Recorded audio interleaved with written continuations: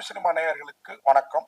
நான் உங்கள் பத்திரிகையாளர் RS கார்த்திக். இந்த வீடியோவில் நாம பார்க்க இருக்கிறது இந்த வாரம் இல்லைங்க, போன வாரம் நம்ம கொஞ்சம் லேட்டு, கடந்த வெள்ளிக்கிழமை அன்னைக்கு திரைக்கு வந்த ஒய்ஜிஎம் சாருகேசி படத்தோட விமர்சனம்.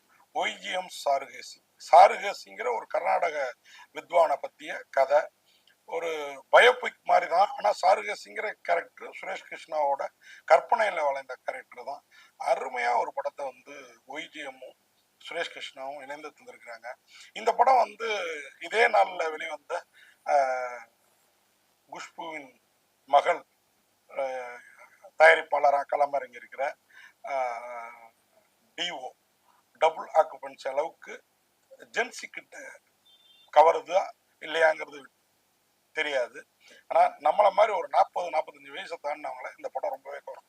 ஏன்னா அப்படி ஒரு அருமையான கதை. என்ன அப்படின்னு பார்த்தீங்கன்னா, அதுதான் அந்த படத்தோட கதை. என்ன அப்படின்னா, சாருகேசி ஒரு பிரபல கர்நாடக வித்வான். கும்பகோணத்திலேருந்து சென்னையில் உலகம் ஃபுல்லாக போகிறாரு, சென்னையில் வசிக்கிறாரு. அவருக்கு ஒரு மகன்.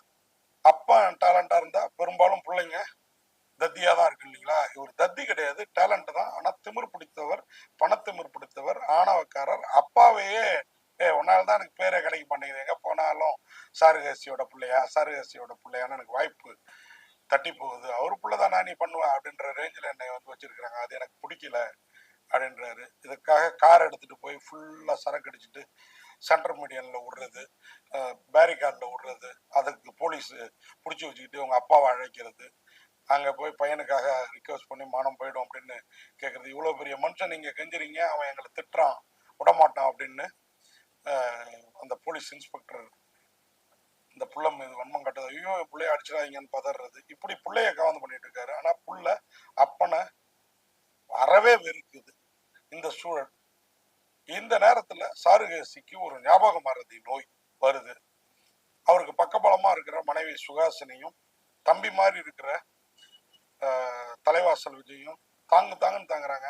ஆனால் பிள்ளையோட கவலையிலேயே அவர் ஞாபக மறதி நோயில் ஒரு மாதிரி சுத்தமாக நினைவுகளை இழந்துடுறாரு. இப்போ இந்த விஷயங்கள்லாம் நமக்கு திரையில ஒய்ஜிஎம்மோட நிஜத்துல மகளான மதுவந்தி இவரை பேட்டி எடுக்க தன்னுடைய சீஃபோட சமுத்திரகனி அவரோட வர்றப்போ இந்த கதைகள் அப்படியே சொல்லப்படுது, சாருகேசிக்கு என்னாச்சு அப்படின்ற மாதிரி. இப்போ ஒரு கட்டத்துக்கு அப்புறம் அவரு கொண்டு போய் பீச் ஓரம் போனால் கொஞ்சம் ரிலாக்ஸாக இருப்பாருன்னு கொண்டு போய் விடுறாங்க. அங்கே அவருக்கு முன்னாடி கடவுளா சத்யராஜ் வர்றாரு. பரமசிவனா தன்னை காட்டிக்கிறாரு. ஆனால் இயேசுநாதர் கெட்டப்பில் வர்றாரு. அது கூட ரொம்ப அருமையான கிரியேட்டிவிட்டியாக இருந்தது சுரேஷ் கிருஷ்ணாவோடது. அவர் மனித வாழ்க்கைகள்லாம் அப்படியே சின்னதாக எடுத்து சொல்றாரு. எல்லாம் நல்லது நடக்கும், பாவம் கர்மா அப்படின்ற லெவலுக்கு போகாம ஒரு மாதிரி சொல்றாரு. எல்லாம் சரியாயிடும். இந்த நேரத்தில் மகன் வெஸ்டர்ன் மியூசிக்ல சாதிக்கிறதுக்கு ஒரு ஆல்பம் பண்ணிட்டு இருக்காப்புல. அதுக்கு பாட வர்ற ரம்யா பாண்டியன் மீது அவருக்கு காதல். ரம்யா பாண்டியனும் இன்னாரோட பையன் தெரியாம மியூசிக் பாட அதுக்கப்புறம் அவர் இன்னாரோட பையனா, அப்பனா நான் கல்யாணம் பண்ணவே தீருவேன் அப்படிங்கிறாப்புல முகத்துல ஒரு வன்மத்தை வச்சுட்டு. அதன் பிறகுதான் கதை.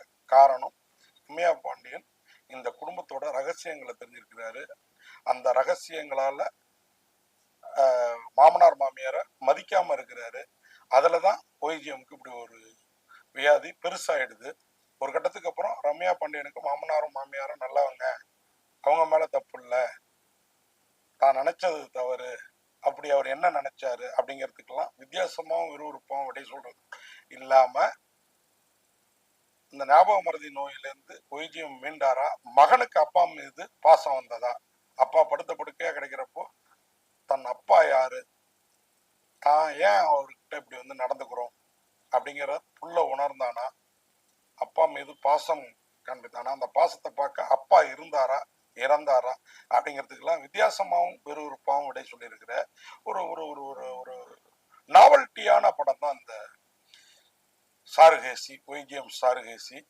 அதுல சுரேஷ் கிருஷ்ணா, அவங்க பாட்சா மாதிரி படங்களை கொடுத்த சுரேஷ் கிருஷ்ணா வேற லெவல்ல ஒரு பயோபிக் மாதிரி எடுத்திருக்கிறாரு. ஆனா இந்த மாதிரி கதைய நாம ஊர்ல எல்லாம் கேள்விப்பட்டிருக்கோம். பெரிய மனிதர்கள் வாழ்க்கையில பல விஷயங்கள் நான் அதை ஓப்பனா சொல்ல எனக்கு ஆசை. நான் சொன்னா கதையோட பெப் போயிடுங்கிறனால எப்படி நீங்க தேட்டர்ல இல்லைன்னாலும் ஓடிடிலேயே அதை பார்ப்பீங்க. ஸோ அந்த பெப்பை கெடுக்க வேணான்னு நான் பல குடும்பங்கள்ல அப்பனை புள்ள மதிக்காம இருக்கிறதுக்கும், புள்ளைய அப்பா கொண்டாடுறதுக்கும், அது பிள்ளையாவே இல்லைன்னாலும் கொண்டாடுறதுக்கும் பல காரணங்களை வந்து இந்த படத்துல வந்து காட்டுனது. நம்ம காலத்துல இந்த மாதிரி கதைகளை நாம இன்னைக்கு அதெல்லாம் சர்வசாதாரணமா ஆயிடுச்சு.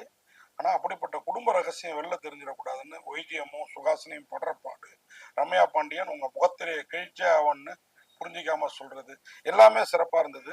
கொஞ்சம் சில இடங்கள் டிராமா டைப்ல இருந்தாலும் இந்த படத்துல அருமையா நடிச்சிருக்கிற ஒய்ஜிஎம் அவருக்கு வந்து நிச்சயமா தேசிய விருது உள்ளிட்ட விருதுகள் கிடைக்கிறதுக்கு வாய்ப்பு இருக்குங்கிறது என்னுடைய கருத்து. அதே மாதிரி சத்யராஜ், தலைவாசல் விஜய், சுகாசினி மணிரத்னம், ரம்யா பாண்டியன், ராஜ் ஐயப்பா அவர் தான் மகனா சஞ்சய்ங்கிற கேரக்டர்ல வர்றாரு. இது இல்லாமல் இன்னும் பலரும் படத்துல இருக்கிறாங்க. மெயினா மதுவந்தி அந்த மாதிரி சிலர் வந்து உண்மையா அருமையா நடிச்சிருக்காங்க. இவங்க எல்லாரோட நடிப்பு கொஞ்சம் பிரமாதமா நடிச்சிருக்காரு. சில சமயங்கள்ல சமுத்திரகனி கூட சில படங்கள்ல ஓவர் ஆக்டிங் அது இதுல யாருமே ஓவர் ஆக்டிங் பண்ணல. இயல்பா அந்த கதைக்கு என்ன தேவையோ அதை பண்ணியிருக்கிறாங்க. அதே மாதிரிதான் ஒய்ஜிஎம்மும் சரி, சத்யராஜும் சரி. சத்யராஜ் சொல்ற தத்துவங்கள்லாம் பகுத்தறிவு பாசற இப்படி ஆன்மீகம் பேசுறாரு அப்படின்ற லெவல்ல தேட்டர்ல கிளாப்ஸ் அள்ளிச்சு. இந்த படத்துக்கு தேனிசை தென்றல் தேவாவோட மியூசிக் வேற லெவல்ல ஒரு டூயட் இருக்குது. கர்நாடிக் சங்கீதம் கூடவே இது எல்லாத்துலேயும் கை தேர்ந்தவரா நம்மளை வந்து இருக்கையோட கட்டி போடுறதில்ல.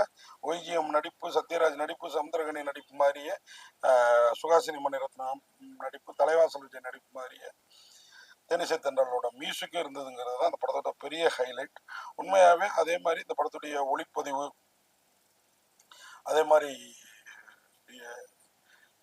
எடிட்டிங் எல்லாமே சிறப்பாக இருந்தது. Arun visuals and Madras cine productions பேனர்ல இந்த படத்தை வந்து தமிழ்நாட்டில் E5 என்டர்டைன்மெண்ட் வந்து ரிலீஸ் பண்ணியிருக்குது.